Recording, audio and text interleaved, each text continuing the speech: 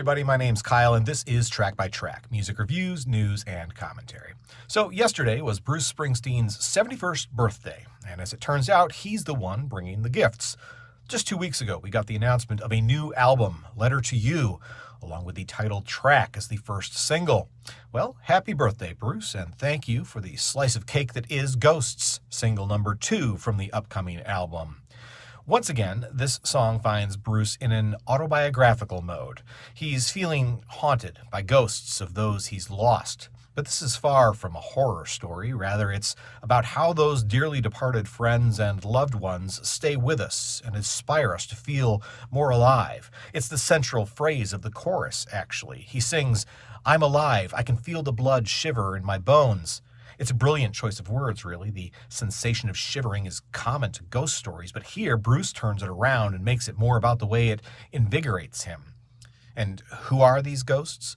Springsteen never actually name drops any of them, but it's pretty clear he's thinking about former bandmates. In this case, the spirit most likely to have moved him is that of George Theus, who Bruce shared the stage with in the late 60s as a member of the Castiles.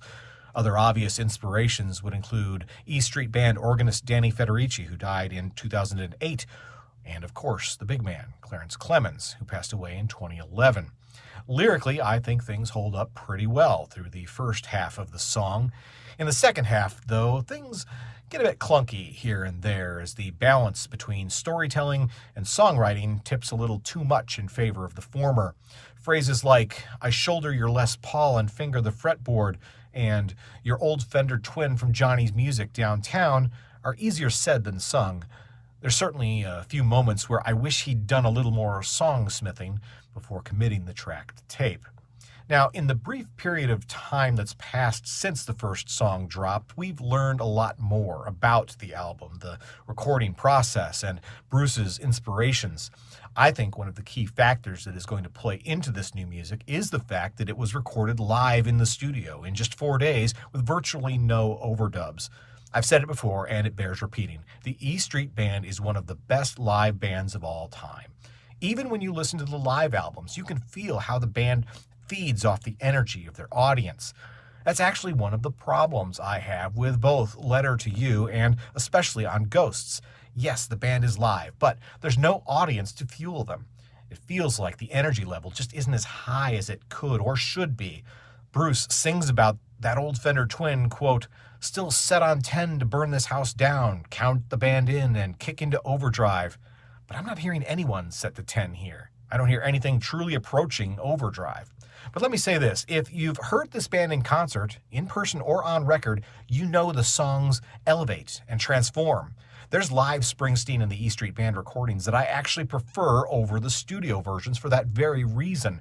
To that end, I'd love to hear Ghosts perform truly live in concert, because in that setting, it could become a spiritual experience. What we have, though, feels a bit like the band is still learning the song. Bruce has talked about how they recorded this album quickly, finishing some songs in just a few hours. That's impressive in theory, but it also explains why the song may feel not unfinished, but rather unrehearsed. I don't think the band got to know this song enough to live with it enough to truly tap into its essence before recording it. Even Bruce's vocal feels restrained. I made a similar comment in my review of Letter to You, but it feels even more restrained here.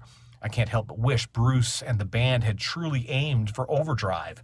I hear him sing "I'm alive," but the performance doesn't tap into that primal feeling behind the sentiment.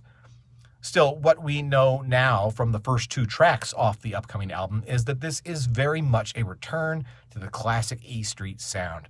That, in and of itself, goes a long way towards smoothing over any perceived flaws or shortcomings I may have about the new music. It is still thrilling to hear these guys play together as a musical unit.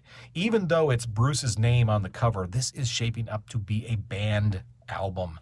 Together, these guys always add up to much more than the sum of their parts.